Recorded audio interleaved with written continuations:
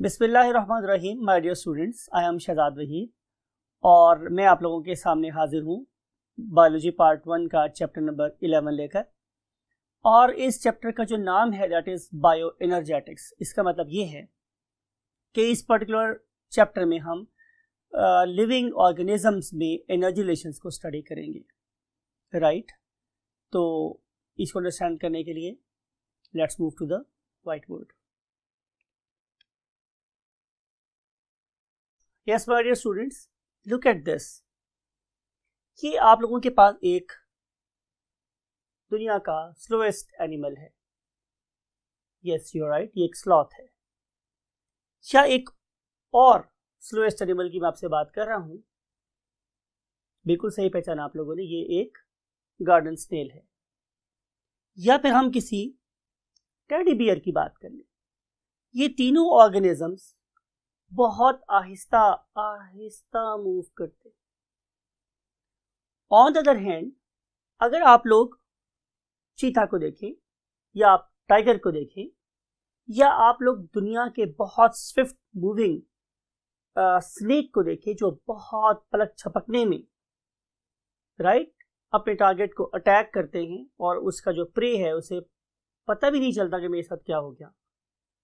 इन दोनों की लाइफ की स्पीड में इतना फर्क क्यों है, राइट। आप लोगों को चैप्टर नंबर 3 याद है, तो उसमें मैंने आप लोगों से एक बहुत बहुत इंपॉर्टेंट मॉलिक्यूल की बात की, that was basically what, enzyme. Definitely in दोनों ग्रुप ऑफ ऑर्गेनिजम्स में एंजाइम सिस्टम का बहुत फर्क है और भी बहुत सारे डिफरेंसेस हैं इन दोनों ग्रुप्स के अंदर।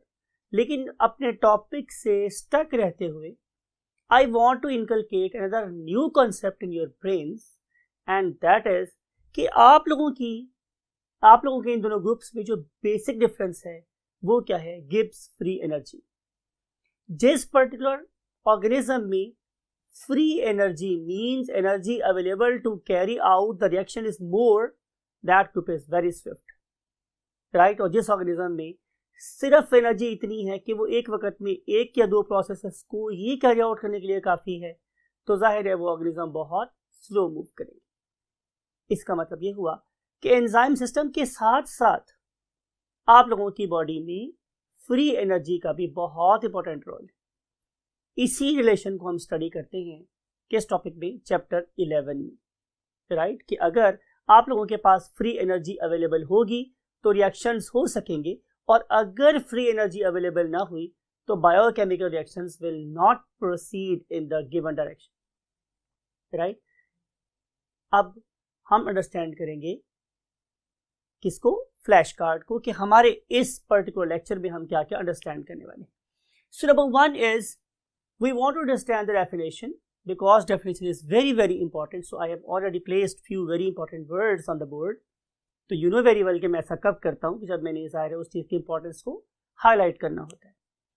फिर हम देखेंगे कि जैसे फ्री एनर्जी, जैसे मैंने कॉन्सेप्ट दिया आपको भी, वो क्या होती है, और फिर हम देखेंगे कि what is its source, and then we will see the role of that very source in a very unique process of photosynthesis. And we know very well कि फिर फोटोसिंथेसिस का ताल्लुक एरोबिक रेस्पिरेशन के साथ, right. And then aerobic respiration is going to produce what, ATP, and then ATP is going to catalyze even the process of what, breakdown of food. So we will study all relations amongst these molecules and statements in this lecture. So be ready, put out your copies and pens, open up your eyes and brains and the doors of the ears and try to fly with me. Have a nice journey. First of all, we're going to start with definition. There are too many definitions of bioenergetics, बहुत सारी है, लेकिन again जो हमारे लिए सबसे बड़ी constant वो क्या है, आप लोगों का सिलेबस। तो उसी के अंदर रहते हुए मैंने उसी डेफिनेशन को आप लोगों के यहाँ पे लिखा है जो आप लोगों की बुक में लिखी हुई है। What is this definition? कि bioenergetics is the quantitative study, यानी कि इसमें मैंने क्वांटिटी को मेजर करना है, किस चीज़ की, एनर्जी की, जो बेसिकली दो ऑर्गेनिजम्स या दो प्रोसेसेस को आपस में रिलेट कर रही है। और नंबर 2 इज कि वो एनर्जी एक दूसरे में कैसे कन्वर्ट हो रही है। मिसाल के तौर पे अगर मेरे पास एक हॉट ऑब्जेक्ट है और मेरे पास एक ये कोल्ड ऑब्जेक्ट है, तो कितनी एनर्जी हॉट ऑब्जेक्ट से कोल्ड ऑब्जेक्ट में मूव कर सकती है, right? It is basically measurable thing. तो उस पर्टिकुलर फील्ड को जिसमें मैं इसको मेजर कर सकता हूं, that is called as what? Bioenergetics. ठीक है, अब हम अगले पॉइंट पे चलते हैं। जैसे मैंने डिस्कस किया था आप लोगों के साथ कि फ्री एनर्जी क्या है। फ्री एनर्जी में पॉइंट नंबर 2 के ऊपर हूं स्टूडेंट्स। तो जो फ्री एनर्जी है वो डिटरमाइन करती है कि रिएक्शन कैन अकर और नॉट।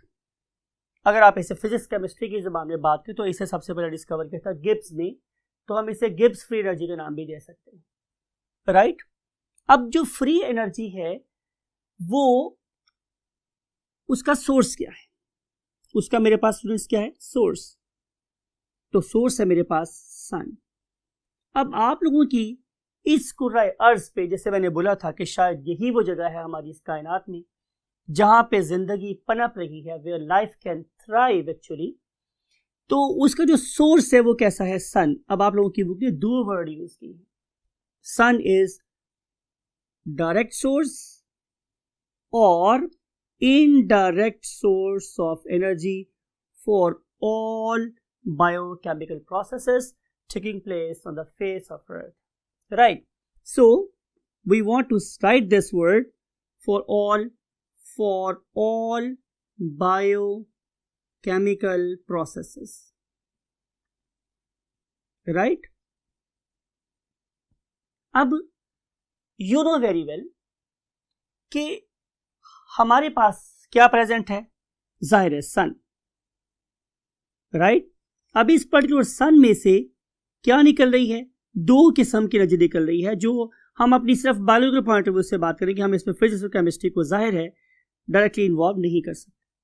हम इस सन की बात करें कि this very sun is providing us 2 types of, you can say, energies to carry out biochemical processes.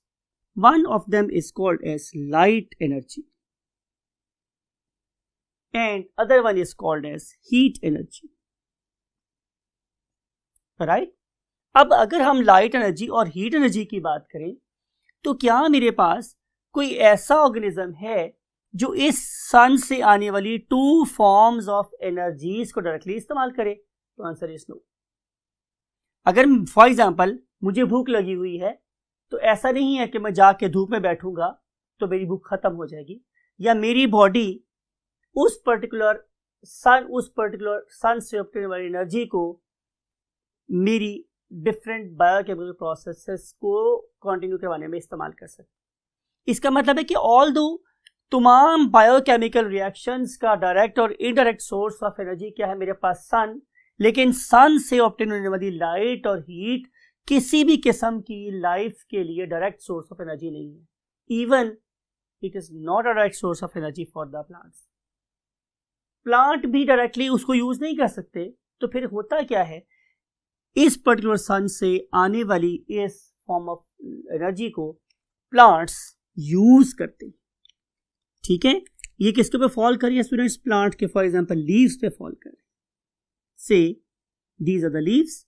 तो जो ही ये वाली रेडिएशंस इस पर्टिकुलर लीफ के ऊपर फॉल करेंगी तो एज अ रिजल्ट क्या होगा स्टूडेंट मेरे पास?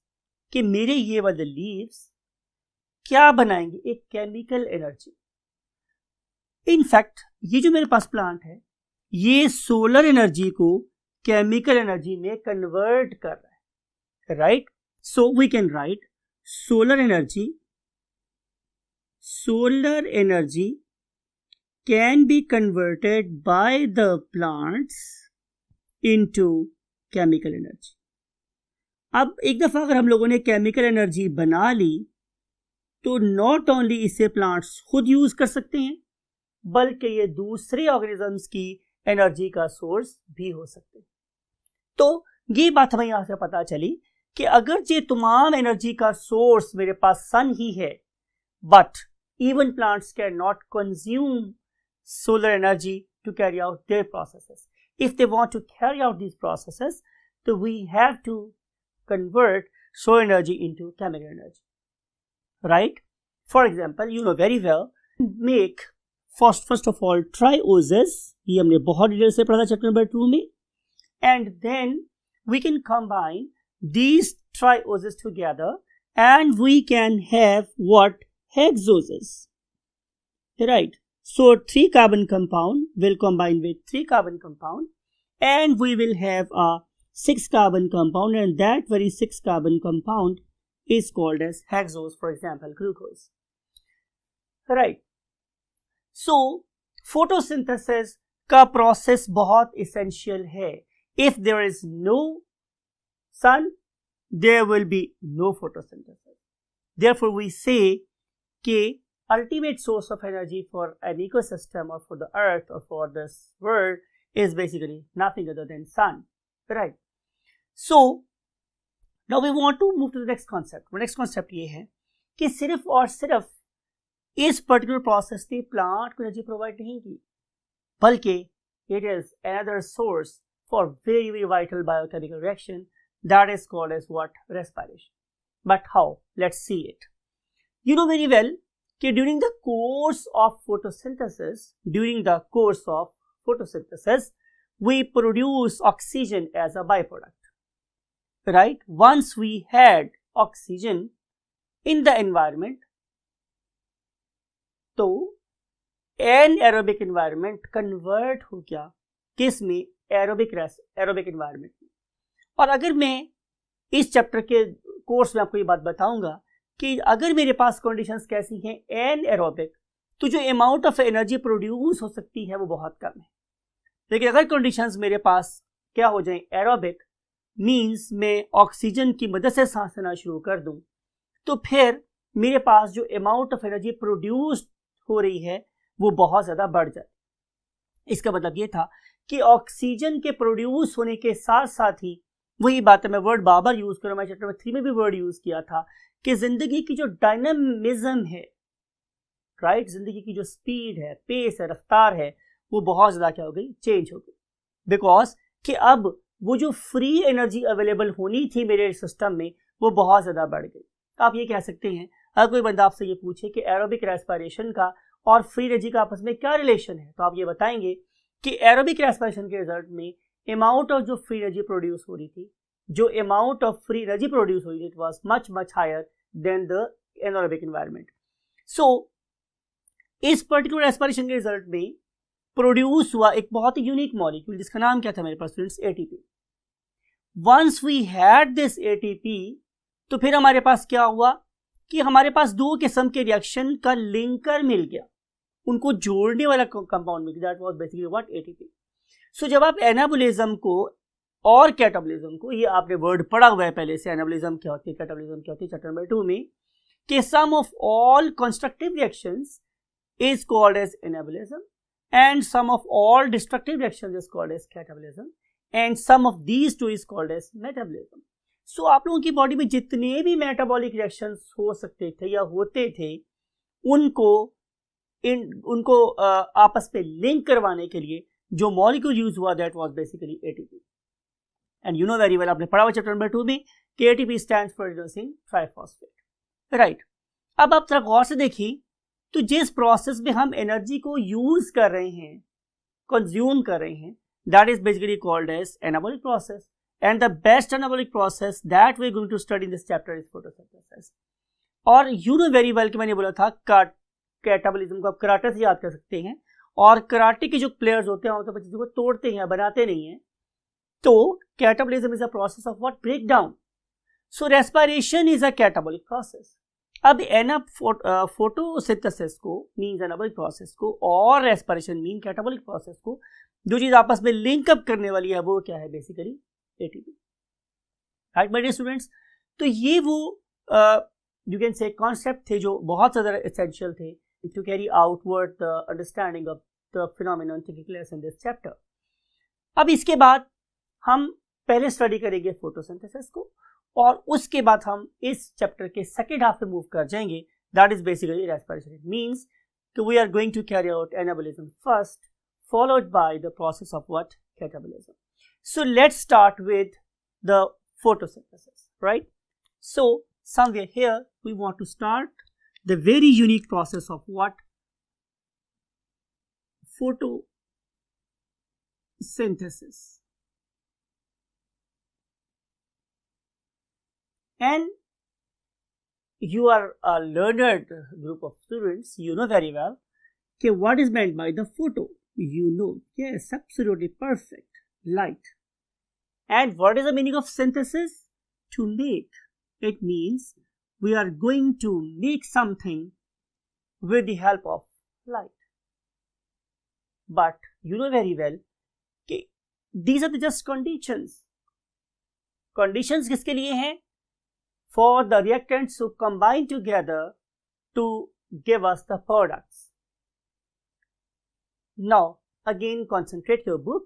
आप लोगों की बुक का ये चैप्टर नंबर 11 का पहला पेज और उसका ये एंड वाला पोर्शन बन रहा है, मैं उसको स्टडी करवा रहा हूँ आप लोगों को. तो उसमें उसने क्या लिखा हुआ है कि बेसिकली एक फोटोसिंथेसिस एक ऐसा प्रोसेस है कि जिसमें आप लोगों ने लो एनर्जी, मैंने क्या वर्ड यूज किया है, low energy inorganic, low energy inorganic, और थर्ड वर्ड आप लोगों को लिखा हुआ है what, oxidised molecules.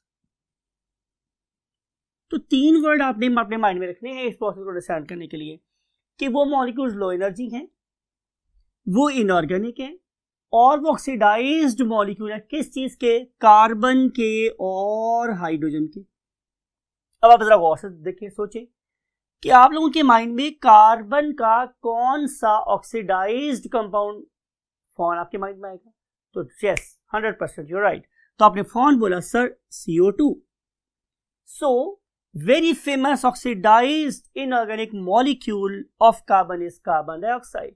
And same is the case here कि जब मैं आप लोगों से ये पूछूं कि can you name any oxidized inorganic product of hydrogen, तो yes, your immediate response will be water, right?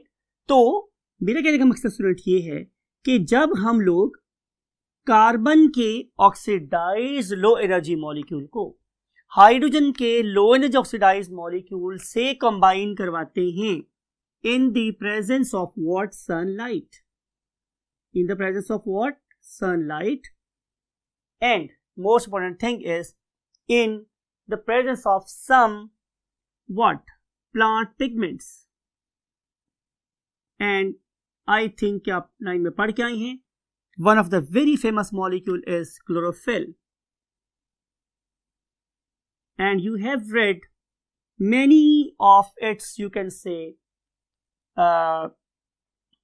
derivatives in the chapter of what, kingdom Protoctista. आपने क्लोरोफिल ए का नाम पढ़ा था, वहां पे क्लोरोफिल बी का नाम आपने पढ़ा था, फिर आप लोगों ने यहाँ पे ज़ैंथोफिल के नाम आप लोगों ने पढ़ा था, फियोफिल के नाम आप लोगों ने पढ़ा था. There are too many names for the pigments. और यहाँ पे हम एक और नाम याद करवा रहे हैं आप लोगों को, कैरोटीन्स, राइट? तो ये जितने भी प्लांट पिगमेंट्स हैं, they are there to capture sunlight, and this particular sunlight that is the ultimate source of energy, it will provide what, free energy to these molecule. And when these two molecule combine together in the presence of what, sunlight and plant pigments, so they make what, high energy. So low energy molecule will be converted to the high energy molecules. But how we can say that they have got the high energy? Answer is, now they have transformed into complex organic molecules. Initially, I have given you the concept that organic molecules will be trioses, 3 carbon compound, 3 carbon compound, and when these 3 carbon compounds combine together, they give us what? 6 carbon compound, even more complex. And you know very well, we can combine then these 2 monosaccharides and we will have what? The disaccharides, and when different disaccharides combine together, we have polysaccharides. So we are going to gradually complex the things together, and we will combine, we will have high energy organic molecules definitely in their reduced form, right? तो जब मैं इस particular CO2 को इस hydrogen से reduce कर दूंगा तो ये चीज बन जाएगी जैसे हम क्या बोलते हैं, फूड. इसे हम क्या बोलते हैं स्टूडेंट्स, फूड. और सवाल ये है कि ये जो मेरे पास रिमेनिंग ऑक्सीजन है, it will just be source of oxygen for aerobic respiration. Or you can also call it as what? A byproduct of the reaction. So this is the definition of what photosynthesis. Now we want to move to the next concept, and next concept is reactants of photosynthesis. Reactants and products. Reactants and products of photosynthesis.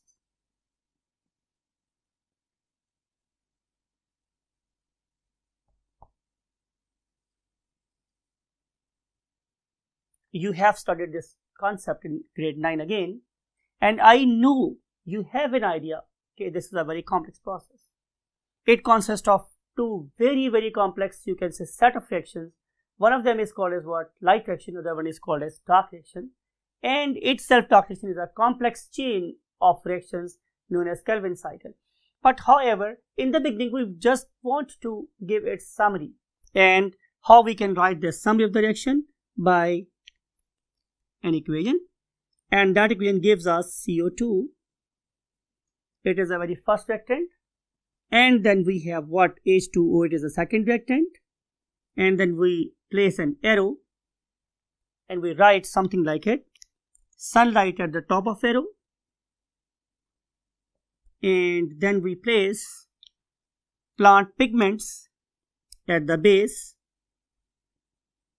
So these are the what? Reactants. We must have plant pigments. We must have CO2, we must have water, and environmental condition means a source of energy, and then we will have nothing other than C6, H12O6, and we will have what? Oxygen as a byproduct. So there are two reactants, one of them is CO2, other one is water, and there are two products, one of them is glucose, and another one is oxygen. Right? And the last thing, if we want to balance this equation, we must write 12 over here. We must write 12 over here. And we must write 6 water over here. Because this particular water is a precursor for many of the chemical reactions taking place during the course of photosynthesis. And it is also a product of what? The same process. Means कि बहुत जगहों पे water consume हो रहा है और बहुत सी जगहों पे वाटर प्रोड्यूस भी हो रहा है, राइट? लेकिन हम उस साइड पे देखें तो जो अमाउंट ऑफ वाटर प्रोड्यूस हो रही है वो कम है और जो अमाउंट ऑफ वाटर कंज्यूम हो रही है वो ज़्यादा है.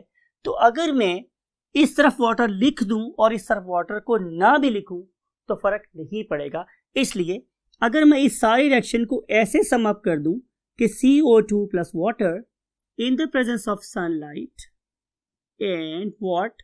Plant pigments, and we will have what? Glucose and oxygen. It is not wrong at all. It is a perfect reaction. So reactants are carbon dioxide and water, and products are glucose and oxygen. Right. अब हम move करते हैं next concept की तरफ, और वो next concept मेरे पास क्या है स्टूडेंट्स, कि ये तो हुई बात प्लांट के बारे में. जाहिर है ये प्रोसेस किस में हो रहा है? प्लांट की बॉडी में हो रहा है. मेरा क्वेश्चन आप लोगों के साथ ही है स्टूडेंट्स कि क्या प्लांट की बॉडी में सिर्फ फोटोसिंथेसिस हो रही है? अगर आपका आंसर है यस, तो फिर मेरा सवाल ये है कि इस पर्टिकुलर ऑर्गेनिज्म ने सन इन सोलर एनर्जी को या सन की एनर्जी को कन्वर्ट कर लिया in making what? Chemical energy. तो ये केमिकल एनर्जी यूज कैसे हुई? राइट, आपको मेरी बात समझ आ रही है? ये ग्लूकोज यूज कैसे हुआ? तो इसका आंसर है कि प्लांट बेसिकली एक डुअल नेचर का ऑर्गेनिज्म है. आपको याद है हमारे डुअल सिम मोबाइल्स क्या होते हैं? जाहिर है वो वाले मोबाइल जिसपे 2 सिम्स चल सकती है. ये जो मेरा प्लांट है ये भी एक डुअल ऑर्गेनिज्म है. ये पॉइंट अपने माइंड में रख लें आप लोग कि plant is a dual metabolic organism, यानी कि इसके अंदर दो प्रोसेसेस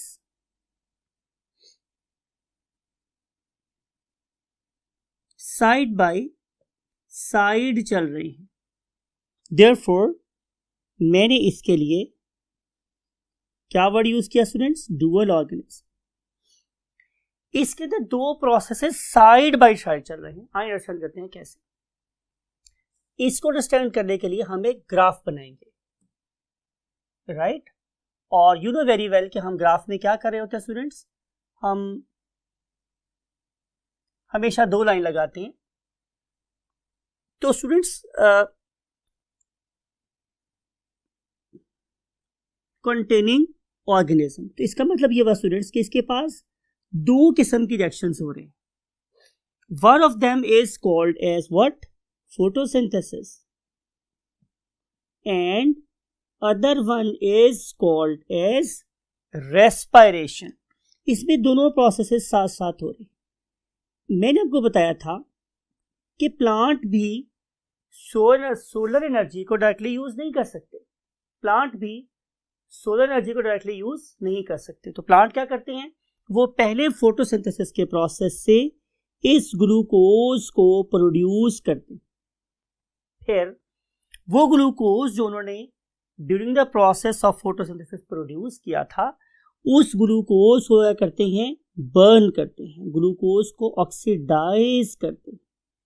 ऑक्सीडाइज करेंगे या बर्न करेंगे तो उनको एनर्जी मिलेगी जो उनके बॉडी प्रोसेसेस को कंटिन्यू करने के लिए जरूरी है, राइट?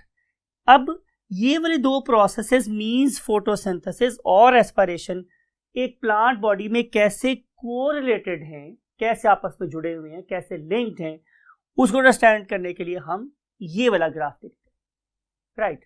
अब देखिए इस पर्टिकुलर ग्राफ में हम लोगों ने यूज किया है व्हाट? एक वाई एक्सेस, ठीक है, और जाहिर एक यूज किया हुआ है एक्स एक्सेस। हमने किया क्या है स्टूडेंट्स कि हम लोगों ने एक्स एक्सिस के अलोंग दो प्रोसेसेस को लिख दिया है। For example, one of them is called as photosynthesis, photosynthesis, और जिस प्रोसेस से मैं इसको कंपेयर कर रहा हूं that is known as respiration. Students, आप लोगों ने मेरी बातों को बड़े गौर से देखना है तो आप लोगों को ये कॉन्सेप्ट बड़े अच्छी तरीके से समझ आएगा जिसको हम अभी स्टडी करने वाले। रेस्पिरेशन क्या है? अभी मैंने बोला कि वो सोर्स ऑफ एनर्जी है, सोर्स ऑफ फ्री एनर्जी है।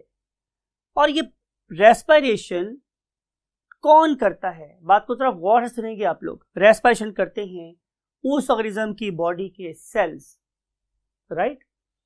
जितने किसी ऑर्गेनिज्म की बॉडी में सेल होंगे उसके लिहाज से ही उसकी ऑक्सीजन डिमांड बनेगी। अगर किसी ऑर्गेनिज्म में नंबर ऑफ सेल्स कम है, जाहिर है उसकी एनर्जी डिमांड कम है, उसकी बॉडी की ऑक्सीजन कंजम्पशन कम होगी, राइट? तो मैं जो कॉन्सेप्ट आपको देना चाह रहा हूं, इनकलकेट करना चाह रहा हूं आपके माइंड में, दैट इज कि जो रेट ऑफ रेस्पिरेशन है it always remain constant depending upon the number of cell. हाँ, ये हो सकता है, ये बिल्कुल पॉसिबल है कि मिसाल के तौर पे जब आप 2 साल के थे तो आप लोगों की बॉडी में नंबर ऑफ सेल्स कम थी। जब आप 4 साल के हुए तो नंबर ऑफ सेल्स ज्यादा हो गए, 8 साल के नंबर ऑफ सेल्स और बढ़ गए। तो जो आप लोगों की बॉडी में नंबर ऑफ सेल्स बढ़ेंगे तो जाहिर है आप लोगों के सेल्स की एनर्जी डिमांड और उसकी रेस्पिरेशन रेट वो बढ़ता चला जाएगा। लेकिन अगर हम एक डे का एनालिसिस करें तो ऑलमोस्ट जो नंबर ऑफ सेल्स हैं जो आपके डे के स्टार्ट होने के टाइम पे, तो ऑलमोस्ट वो डे के एंड पर वही रहते हैं। So number of cells never changes, they always remain constant, nearly constant. So number of cells they always remain constant per day, almost, मैं वर्ड यूज कर रहा हूं almost remain constant। तो उस लिहाज से एक ऑर्गेनिज्म की बॉडी में जो number of oxygen molecules consumed या अमाउंट ऑफ CO2 प्रोड्यूस्ड वो क्या रहेगी? कांस्टेंट रहेगी। और फर्ज कर लेते हैं कि इस पर्टिकुलर प्लांट को इस पर्टिकुलर दिन पे उसका जो रेट ऑफ रेस्पिरेशन है स्टूडेंट्स वो कितना है? इतना। से this is the rate of respiration of this very plant that is under study, जिसको मैं स्टडी कर रहा हूं, और उसको हम एक लाइन से इस एक्सिस से जोड़ें तो मुझे पता चलेगा कि से रेस्पिरेशन कितना है। फर्स्ट लेते हैं 10, 20, 30, 40, 50 and then say 60 and then say 80. Rate of respiration always remain constant per day. मैं फिर बार बार वर्ड यूज कर रहा हूं आप लोगों के लिए ताकि आपका कॉन्सेप्ट अच्छा हो। वो क्या है? ऑलमोस्ट सेम रहता है, राइट। लेकिन अब जरा आप लोगों ने इसी पर्टिकुलर प्लांट बॉडी की एक और प्रोसेस को स्टडी करना है जिसका नाम क्या है मेरे पास? फोटोसिंथेसिस। अब जरा बात को देखिए गौर से स्टूडेंट्स कि जब रात थी, when there was no sunlight, so rate of photosynthesis was approximately 0। ये मैंने बात कर दी है कि ये तकरीबन 0 पे खड़ा है, राइट। Rate of respiration is approximately 0 because there is no sunlight. लेकिन जो सनलाइट इंक्रीज करना शुरू करेगी तो जाहिर है रेट भी बढ़ना शुरू कर देगा, समथिंग लाइक इट। ये बढ़ रहा है ऊपर की तरफ, it is ascending because with every passing second और moment light intensity is increasing. तो हर इंक्रीजिंग लाइट इंटेंसिटी के साथ रेट ऑफ फोटोसिंथेसिस बढ़ता चला जाता है, यहां तक कि एक वक्त डॉन टाइम पे, डॉन का मतलब होता है जब तुलुए सुबह होती है, मैं डॉन टाइम की बात कर रहा हूं। और फिर एक वक्त मैंने बोला है क्या? डस्क, जब गुरूबे आफ्ताब होता है, यानी कि गुरूबे आफ्ताब और तुलुए आफ्ताब। चलिए मैं तुलुए आफ्ताब को अपसाइड पे लेके जा रहा हूं, राइट। कि जब मेरा सन राइज कर रहा था तो एक टाइम ऐसा आया कि जब इस पर्टिकुलर प्लांट का रेट ऑफ फोटोसिंथेसिस और रेट ऑफ रेस्पिरेशन क्या हो गए? बराबर हो गए, right. You know very well कि फोटोसिंथेसिस में हम लोग क्या करते हैं? CO2 एब्जॉर्ब करते हैं, राइट। इस पर्टिकुलर पॉइंट पे जितनी CO2 इस पौधे को चाहिए थी वो कौन फुलफिल कर रहा था? उसका रेस्पिरेशन रेट, राइट। इस पर्टिकुलर प्लांट को अभी बाहर से CO2 एब्जॉर्ब करने की जरूरत नहीं है। सिमिलरली इस पर्टिकुलर प्लांट को जितनी ऑक्सीजन चाहिए थी वो कौन प्रोवाइड कर रहा है? वो प्रोवाइड कर रही है फोटोसिंथेसिस, राइट। तो इस पर्टिकुलर प्लांट को इस पर्टिकुलर मोमेंट पे O2 एब्जॉर्ब करने की जरूरत नहीं है बिकॉज के उसका इंटरनल बॉडी सिस्टम उसको O2 भी प्रोवाइड कर रहा है। इस पर्टिकुलर पॉइंट को कि जहां प्लांट हमें डम एंड डेफ नजर आ रहा है कि जब वो ना तो एनवायरनमेंट से कोई गैस ले रहा है और ना ही एनवायरनमेंट को कोई गैस दे रहा है, where there is no net exchange of gases, इस पर्टिकुलर पॉइंट को हम लोग नाम क्या देते हैं? Compensation point. Compensation point where amount of CO2 produced is equal to amount of CO2 fixed, right? Or amount of O2 produced is equal to amount of O2 consumed for respiration. Or simply we want to say कि at compensation point rate of photosynthesis is equal to what? Rate of respiration. जब photosynthesis का rate respiration rate के बराबर हो जाएगा तो हम उसे बोलेंगे क्या? Compensation point. और इस पर्टिकुलर कॉम्पनसेशन पॉइंट को हम 2 मोमेंट्स पे ऑब्जर्व कर सकते हैं। बोल चुका हूं पहले मैं, लेकिन लिख रहा हूं आप लोगों के लिए बोर्ड पर।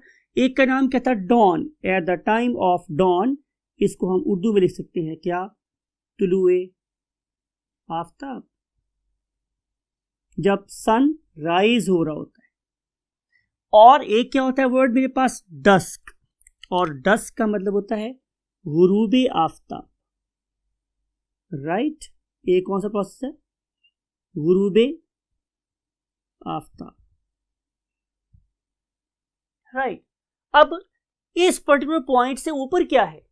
अगर मैं इस पर्टिकुलर पॉइंट से ऊपर जाऊं, मीन लाइट इंटेंसिटी और तेज हो जाए 10, 11, 12 बजे, तो जाहिर है अब रेट ऑफ फोटोसिंथेसिस और ऊपर चला जाएगा एंड इट विल सुपरसीड, ये गलबा हासिल करेगा किसके ऊपर, रेट ऑफ रेस्पिरेशन के ऊपर। तो मुझे लगेगा कि इस पर्टिकुलर टाइम पे, जैसे मैं अब शेड कर रहा हूं ब्लू के साथ, इस पर्टिकुलर टाइम पे अब प्लांट क्या प्रोड्यूस कर रहा है, O2, बिकॉज के O2 is product of photosynthesis. So rate of photosynthesis domination means production of O2। लगेगा कि प्लांट अब O2 एब्जॉर्ब नहीं कर रहा, ये सिर्फ और सिर्फ CO2 ही प्रोड्यूस कर रहा है, राइट। तो इस पर्टिकुलर फेज को हम लाइट फेज कह सकते हैं, और यहाँ पे बहुत ज्यादा O2 प्रोड्यूस होती है। लेकिन जब दोबारा ग्लोबल आफ्ताब शुरू होगा तो फिर ये वाला पॉइंट, ये वही पॉइंट है जिसे हम क्या बोलते हैं, कॉम्पनसेशन पॉइंट। यहाँ पे हम अपने इस लेक्चर को रोकते हैं और अगले लेक्चर के बारे में आपको बता रहे हैं कि हम अगले लेक्चर में क्या पढ़ेंगे। अगले लेक्चर में हम ये देखेंगे कि हमारे पास दो रिएक्टेंट्स हैं, यू नो वेरी वेल। जरा पिछले नंबर पे आते हैं, पिछले हाफ में तो हमें नजर आ रहे हैं दो रिएक्टेंट, उनमें से एक का नाम क्या था, CO2, और एक का नाम क्या है, वाटर। हमारे पास दो प्रोडक्ट थे, one of them was glucose, other one was oxygen. अब हमारा जो नेक्स्ट लेक्चर होगा वो इस बात पे बेस कर रहा होगा कि what is the basically source of oxygen, because oxygen is present not only in CO2 but also in water. ये यहां भी प्रेजेंट है और यहां भी प्रेजेंट है। So there may be you can say controversy that source of oxygen may be the CO2 or maybe the water, and we will study it on the basis of some experimentations, and we will move to the next lecture very soon. And till that very lecture, take very good care of yourself, always believe in concept. आप जितना आराम से और सुकून से concept को understand करेंगे, आप लोगों की logical ground. Bismillahirrahmanirrahim. Assalamu alaikum, my dear students. How are you all? I hope you all fine. You know very well कि हम स्टार्ट कर चुके हैं चैप्टर नंबर 11 और हम इसका टॉपिक स्टडी कर रहे हैं। Which one? Yes, next topic after the different types of what? Respirations.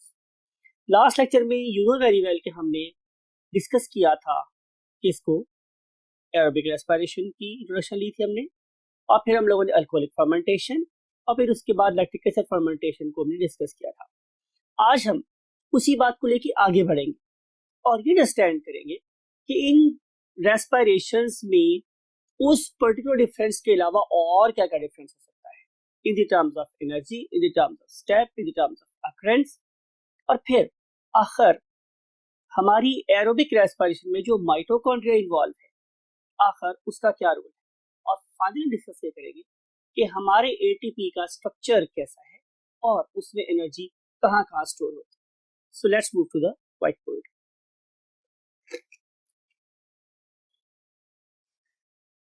Yes, my dear students, we are here to continue the topic of course aerobic respiration versus anaerobic respiration। और थोड़ा सा previous lecture को recall करते हैं बहुत quickly. You know very well कि हम discuss किया था कि there are two main types of respiration, and one of them was what? Anaerobic respiration. And you know very well that in case of anaerobic respiration there is no use of oxygen, इसमें हम लोगों ने कोई oxygen इस्तेमाल नहीं की। On the other hand, in case of aerobic respiration you know very well that there was a usage of oxygen, right? फिर आपको ये वाली बात भी याद है कि मैंने ये बोला था कि इस वाले केस में हम लोगों ने ग्लूकोज को कन्वर्ट कर दिया था इनटू 2 मॉलिक्यूल्स ऑफ पायरूवेट, ठीक है, into 2 molecules of what, pyruvate. यहाँ पे भी यही वाला काम हुआ, यहाँ पे भी हम लोगों ने एक ग्लूकोज को कन्वर्ट कर दिया 2 मॉलिक्यूल्स ऑफ पायरूवेट में, राइट। फिर उसके बाद यहाँ क्या हुआ था स्टूडेंट्स कि इस वाले केस में हमने इस पर्टिकुलर पायरूवेट को 2 डिफरेंट पाथ्स पे डाल दिया इन 2 different types of cells. For example कि अगर ये मेरे पास किसी यीस्ट का सेल है या ये मेरे पास कोई और एन एरोबिक बैक्टीरियम है, तो हमने इसको कन्वर्ट कर दिया किसमें, C2H5OH में, और इससे क्या प्रोड्यूस हुई थी व्हाट, CO2। लेकिन अगर ये मेरे पास किसी यूकैरियोट का मसल सेल है और ये फेस कर रहा है ऑक्सीजन डेट को, डेफिशिएंसी ऑफ ऑक्सीजन को, तो फिर हमने इस पायरुवेट को कन्वर्ट कर दिया था किसमें, लैक्टिक एसिड, राइट। तो ये वो बातें जो हमने दोबारा से रिवाइज की यहाँ पर। देखिए, अगर हम एरोबिक पाथवे पे चलेंगे तो फिर हम क्या करेंगे स्टूडेंट्स कि हम इस पर्टिकुलर पायरुवेट को ऐड कर देंगे, शामिल कर देंगे किसके अंदर, माइटोकॉन्ड्रिया में। अब इन केसेस, इस केस में तो माइटोकॉन्ड्रिया है तो ये वहां पे शामिल होगा, इस वाले केस में माइटोकॉन्ड्रिया है ही नहीं तो डेफिनेटली उसमें शामिल नहीं होगा। अब ये जो मेरे पास माइटोकॉन्ड्रिया है ये क्या चलाएगा स्टूडेंट्स, क्रैब्स साइकिल चलाएगा, और उस क्रैब्स साइकिल के रिजल्ट में मेरे पास प्रोड्यूस होंगी दो चीजें, उनमें से एक का नाम क्या था 6CO2 और एक का नाम क्या था 6 वाटर मॉलिक्यूल्स, राइट। ये तो पुरानी बातें। आज हम नई बात क्या सीख रहे हैं, नई बात हम ये सीख रहे हैं स्टूडेंट्स कि अगर मैं किसी ग्लूकोज के मॉलिक्यूल को एन एरोबिक चैनल से, टनल से गुजारूं, वे से गुजारूं, तो उसके रिजल्ट में इसकी सिर्फ 2% एनर्जी लिबरेट होती है, जस्ट 2% एनर्जी लिबरेट होगी। लेकिन in case of aerobic respiration यहाँ पे जो 100% एनर्जी है वो क्या हो जाती है, लिबरेट हो जाती है। तो इससे आप देख सकते हैं कि this very aerobic respiration is a superior kind of water respiration as compare to anaerobic respiration where energy is definitely less than. अब अगली बात स्टूडेंट हमारे पास ये कि अगर इसकी एनर्जी 2% है और इसकी एनर्जी 100% है, तो फिर इस 100% के होते हुए हम इस पर्टिकुलर रेस्पिरेटरी मोड में लैक्टिक एसिड फर्मेंटेशन को क्यों और कब ऑप्ट करते हैं। तो इसका आंसर मेरे पास ये है कि जब कंडीशंस एनारोबिक हो जाएंगी तो जाहिर है तब तो मैं इस वे से प्रोड्यूस कर ही नहीं सकता एनर्जी को, तो definitely I have to switch this particular metabolism mean muscular metabolism towards what, anaerobic respiration. तो जब कंडीशंस कैसी हो जाएंगी इस पर्टिकुलर टिश्यू में, एनारोबिक तो मजबूरी है, तो मजबूरी है कि अब हम लोग एनारोबिक वे से ही रेस्पायर करें। प्लस अगली बात और इंपॉर्टेंट है कि ये जो एनारोबिक रेस्पिरेशन है ये प्रोड्यूस करवाती है एसिड, और ये जो एसिड है ये हमारा मसल लेता है, टेक करता है as what, as an error signal, as an error signal. तो जब भी आप लोगों के मसल्स के अंदर कंडीशंस एनारोबिक हो जाएंगी तो मसल एनारोबिक रेस्पिरेशन करेगा और उसके रिजल्ट में क्या प्रोड्यूस करेगा, डेफिनेटली लैक्टिक एसिड। और लैक्टिक एसिड क्या करवाता है, जाहिर है मसल फैटीग करवाता है, और मसल फैटीग के रिजल्ट में जो कंडीशन डेवलप होती है उसे हम लोग क्या बोलते हैं कि खलियां पड़ गई, पेन होती है, राइट। क्या पड़ गई, खलियां। ये एरर सिग्नल है, ये प्रिवेंट करवाता है आपके मसल को वियर टियर से, राइट। तो it is taken as what, error signal. अब देखना ये है कि बेसिकली ये 2% जो मेरे पास एनर्जी लिबरेट हुई वो कितनी एटीपी दे सकती है, तो answer is it can give me just 2 ATP molecules. और अगर मैं इसको कंपेयर करूं एरोबिक रेस्पिरेशन के साथ तो यहाँ पे मेरे पास 38 एटीपी मॉलिक्यूल्स प्रोड्यूस होते हैं। There is a hell of difference between the energy relations of what, aerobic respiration, just 2 ATP molecules and 38 ATP molecules. अब सवाल ये कि अगर 2 एटीपी मॉलिक्यूल्स हो मेरे पास स्टूडेंट्स, कितने, 2 एटीपी मॉलिक्यूल्स, तो उससे मुझे कितनी एनर्जी मिल सकती है, तो आंसर इज कि मेरे पास एक एटीपी का मॉलिक्यूल 7.3 किलो कैलोरीज एनर्जी देता है, और अगर आप इसे 2 से मल्टीप्लाई कर लेंगे तो आप लोगों के पास 14.6 किलो कैलोरीज एनर्जी जनरेट होगी। सो यील्ड पर glucose molecule is just 14.6 kilo calories. अब जरा अपने माइंड पे जोर डालें और सोचें कि हम लोगों ने चैप्टर नंबर 2 में 1 ग्राम ग्लूकोज से कितनी एटीपी मॉलिक्यूल्स बनवाए थे, right? Think and let me no. अब हम मूव करते हैं नेक्स्ट फेज के ऊपर स्टूडेंट्स, कि आखिर इतनी ज्यादा एटीपी या इतनी कम एटीपी अपने अंदर एनर्जी स्टोर कैसे करती है। तो उसके लिए हम मूव करते हैं to the topic that is the structure of ATP molecule. You know very well students, हमने इसको भी कार्बोहाइड्रेट के टॉपिक में डिस्कस किया था। क्या था भला? कि एक जो मेरे पास एटीपी है वो तीन चीजों पे कंसिस्ट करती है, right? Number 1 was a pentose sugar, और इस पेंटोज शुगर की कार्बन नंबर 1 2 3 4 और ये थी कार्बन नंबर 5, ये C5।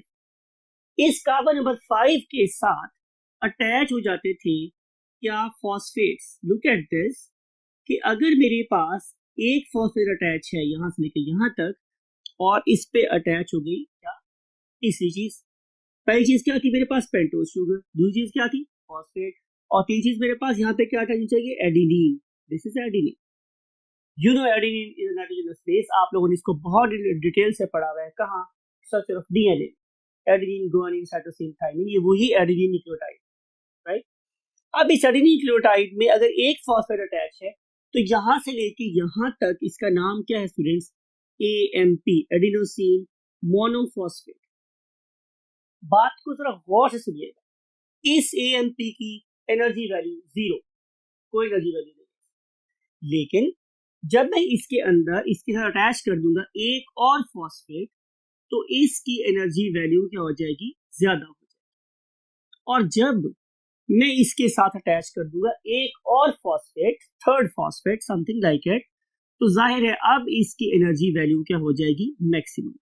अब आपको ये वाली बात भी पता है कि अगर किसी जगह पे सिमिलर चार्जेस इकट्ठे हो जाए, लुक एट दिस, यहाँ भी नेगेटिव चार्ज है, यहाँ भी नेगेटिव चार्ज है, यहाँ भी नेगेटिव चार्ज, OH में भी नेगेटिव चार्ज होता है, तो जब इन सब चीजों के ऊपर नेगेटिव चार्ज एक्यूमुलेट हो जाएगा तो ये वाला मॉलिक्यूल हाईली क्या हो जाएगा? अनस्टेबल। और आपको पता है कि जो मॉलिक्यूल जितना ज्यादा अनस्टेबल होता है उतनी ही उसके अंदर क्या होगी? एनर्जी ज्यादा होगी, राइट? और इसकी ये ability to donate energy to other molecules और ज्यादा हो जाए, राइट? सो ये बहुत ज्यादा क्लोजली लाइंग फॉस्फेट मॉलिक्यूल्स, ये बेसिकली इसको एक हाई एनर्जी मॉलिक्यूल बना देते। जब मैं इसमें से एक फॉस्फेट उतार देता हूं, for example this one, right, तो उसके रिजल्ट में इसकी एनर्जी वैल्यू क्या हो जाती है? कम। और जब मैं ये वाला फॉस्फेट उतार देता हूं यहां से, तो इसकी एनर्जी वैल्यू क्या हो जाती है? 0। तो एनर्जी वैल्यू किस पर डिपेंड कर रही है? नंबर ऑफ फॉस्फेट अटैच होने पे। आप ये बात कह सकते हैं कि सर हमारे पास ATP तो है, बीज एडेनोसिन ट्राइफॉस्फेट, तो क्या मेरे पास एडिनोसिन टेट्राफॉस्फेट भी हो सकती है? तो आंसर इज नो, बिकॉज कि इतना ज्यादा नेगेटिव चार्ज एक्यूमुलेट हो गया। अगर मैं इसके अंदर एक और फॉस्फेट अटैच करूंगा तो वो अपने अटैच होने से पहले रिपल्शन की वजह से टूट जाए। तो ये जो स्टेबिलिटी है ये मैक्सिमम अनस्टेबल स्टेबल स्ट्रक्चर है। बात समझ आएगी आप लोगों को? है तो ये स्टेबल, लेकिन इससे ज्यादा स्टेबिलिटी नहीं हो सकती। अगर मैं इस पे एक और फॉस्फेट अटैच कर दूंगा वो एग्जिस्ट ही नहीं करेगा। So therefore ATP can exist whereas adenosine tetraphosphate it can not exist, right my dear students? तो ये है ATP का स्ट्रक्चर। अब हम चलते हैं कि ये ATP बेसिकली एरोबिक रेस्पिरेशन में कहाँ प्रोड्यूस होता है। तो आंसर स्टूडेंट्स हमारे पास माइटोकॉन्ड्रिया में। लुक एट दिस, कि ये हमारे पास एक माइटोकॉन्ड्रिया है। यू नो वेरी वेल कि माइटोकॉन्ड्रिया की कितनी लेयर्स हैं? 2। एक जाहिर है outer layer that is tightly bounded, and other one is inner membrane that is loosely bounded. Loosely bounded का मतलब ये है कि हमारे पास जो मेम्ब्रेन है वो किस तरह है स्टूडेंट्स? अब फोल्ड हुई है into different folds in different parts. और इस पर्टिकुलर माइटोकॉन्ड्रिया की कितनी स्पेसेस हो गई? 2। एक ये बाहर वाली स्पेस है, इसे हम बोलते हैं आउटर माइटोकॉन्ड्रियल स्पेस, और एक ये सारी कैविटी है इनसाइड दिस वन, और इसे हम बोलते हैं इनर माइटोकॉन्ड्रियल स्पेस। इस इनर माइटोकॉन्ड्रियल स्पेस में वो सेट ऑफ एंजाइम और कोएंजाइम प्रेजेंट है जो इस पर्टिकुलर पायरुवेट मॉलिक्यूल को पहले कन्वर्ट करेंगे कहाँ? Into a 2 carbon compound that is called as acetyl coenzyme A, right? अब देखिए जरा आपको गौर से, कि ये पायरुवेट 3 कार्बन कंपाउंड था और एसिटिक एसिड, आपको याद है एसिटिक एसिड, यस, CH3COOH। अगर मैं उस पर्टिकुलर CH3COOH में से H उतार दूं तो ये क्या बन जाएगा मेरे पास, ये बन जाएगा एसिटाइल रेडिकल। अब इस एसिटाइल रेडिकल के साथ मैंने अटैच करवा देना है through disulphide bridging coenzyme A, तो ये बन गया मेरे पास एसिटाइल कोएंजाइम A। फिर ये वाला एसिटाइल कोएंजाइम A फिर इस पर्टिकुलर माइटोकॉन्ड्रियल मेम्ब्रेन के अंदर मूव कर जाता है और यहाँ पे ऑपरेट होता है students what, Krebs cycle, right. और इस पर्टिकुलर क्रेब्स साइकिल के रिजल्ट में हमारे पास क्या प्रोड्यूस होते हैं, further 36 ATP molecules, right. 2 molecules हमारे पास प्रोड्यूस हुए थे ग्लाइकोलाइसिस में, 36 ATP मॉलिक्यूल और प्रोड्यूस हो रहे हैं। इन 36 ATP मॉलिक्यूल्स को प्रोड्यूस करने की सलाहियत की वजह से ही हम इस पर्टिकुलर माइटोकॉन्ड्रिया को क्या बोलते हैं, definitely battery of the cell, power house of the cell, generator of the cell, right. वैसे बुक्स इसको लिखती है power house of the cell. तो इस पर्टिकुलर ग्रेट ऑर्गेनल की वजह से मेरे पास एनर्जी प्रोड्यूस होती है और during the course of evolution Aahista Aahista Aahista Aahista eukaryotes dominate कर जाते हैं over the prokaryotes. So this is the relation or the role of mitochondria, and now we want to move to the next stage, that is called as what, phases of respiration in eukaryotes. Phases of respiration in eukaryotes. What is meant by eukaryote? Yes, cells having modern nucleus and a very sophisticated what membrane system and organelles associated with the membranes. तो इस वाले case में यानी कि शायद मैं आप जैसे मॉडर्न लोगों की बात कर रहा हूँ कि आप लोगों के सेल में क्या हुआ, यू नो वेरी वेल कि ये था मेरे पास एक एनिमल सेल और ये था मेरे पास पास से गुजरती हुई क्या, एक blood capillary, it was a blood capillary. और आप सारे पढ़े लिखे बच्चे हैं, आपको ये बात बिल्कुल पता है कि whatever you digest, right, in terms of what, carbohydrates, it can give rise to what, the monosaccharides. और मोनोसैकेराइड में जो सबसे अहम मोनोसैकेराइड उसका नाम क्या है, ग्लूकोज। अब ये ग्लूकोज भी इस ब्लड कैपिलरी में क्या कर रहा है, सर्कुलेट कर। इस पर्टिकुलर सेल मेम्ब्रेन के ऊपर हैंड्स हैं जो इस पर्टिकुलर ग्लूकोज मॉलिक्यूल को ग्रैब करके अपने अंदर डाल सकते हैं, नाम क्या है, इंसुलिन। तो जब ये वाला ग्लूकोज इंसुलिन के साथ बाइंड करेगा तो फिर ये इस पर्टिकुलर ग्लूकोज के साइटोप्लाज्म में चला जाएगा। सो वी हैव poured, हमने डाल दिया है, we have joined glucose from the blood into the cytoplasm of the cell after opening the channels known as insulin present on the surface of cell membrane. अब ये glucose कहाँ गया students, तो cytoplasm में। तो हम फेज ऑफ रेस्पिरेशन का पहला पॉइंट लिख रहे हैं, क्या, पहली फेज है इन साइटोप्लाज्म। आप लोगों के साइटोप्लाज्म में जो सबसे पहला प्रोसेस हो रहा होता है उसे हम लोग नाम देते हैं क्या, ग्लाइकोलाइसिस। ग्लाइकोलाइसिस। अब मैंने जान के इसको ऐसे बोला है, क्या मतलब हुआ कि मैं ग्लूकोज को ब्रेक डाउन कर रहा हूं। लाइसिस का मतलब होता है break down, glyco means of the glucose, right. हमने डिस्कस किया पहले भी कि ये रिएक्शन कहाँ हो रहा है, साइटोप्लाज्म। ग्लाइकोलाइसिस के सारे एंजाइम साइटोप्लाज्म के सूप में डिसॉल्व होते हैं, इज इंपॉर्टेंट, राइट। अब हम करेंगे क्या कि हम इस पर्टिकुलर ग्लूकोज को कन्वर्ट कर देंगे into 2 molecules of pyruvate after passing through series of reactions, जिसको मैंने डिफरेंट एरो से यहाँ पे शो कर। It is not a single step process, इसमें बहुत से रिएक्शंस इन्वॉल्व है, अभी हम डिस्कस करेंगे डिटेल के साथ।